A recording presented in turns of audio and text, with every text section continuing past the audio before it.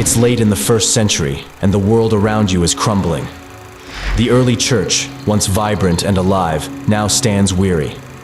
The disciples of Christ, those who walked with him, who witnessed his miracles and resurrection, are being hunted, tortured, and killed. John, the last of them, still remains, but the question looms large: when is he writing his gospel?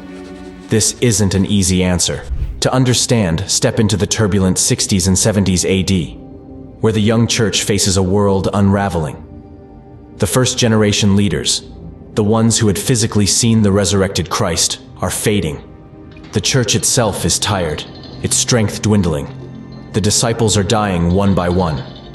James was put to death by the sword under Herod Agrippa. Philip was tortured and crucified. Matthew was beheaded. James, leader of the Jerusalem church, was thrown from the temple and killed. The pillars of the faith were being torn down. Then, in 64 AD, the world erupts. A fire rips through Rome, reducing 70% of the city to ashes. The stories are heartbreaking. Flames from all sides consuming thousands of lives. Nero, desperate to shift blame away from himself, casts the Christians as scapegoats. The persecution that follows is brutal beyond imagination.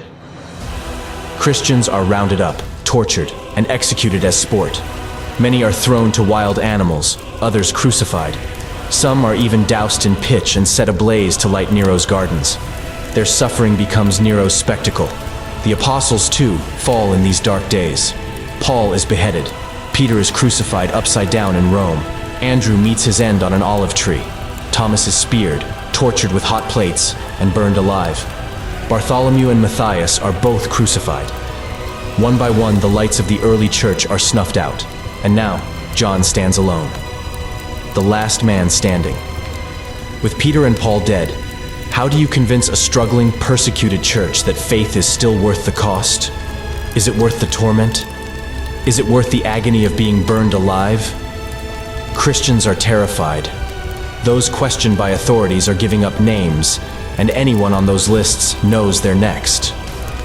The early church fathers recount how John, present in Jerusalem at the time, hurried to Ephesus, the heart of the movement, desperate to restore order. It's not over, he assures them, trying to gather the scattered flock, rekindle the flame of hope. He knows the church needs something powerful, something lasting, a message that can reignite their faith. And so, John sits down. He picks up his pen.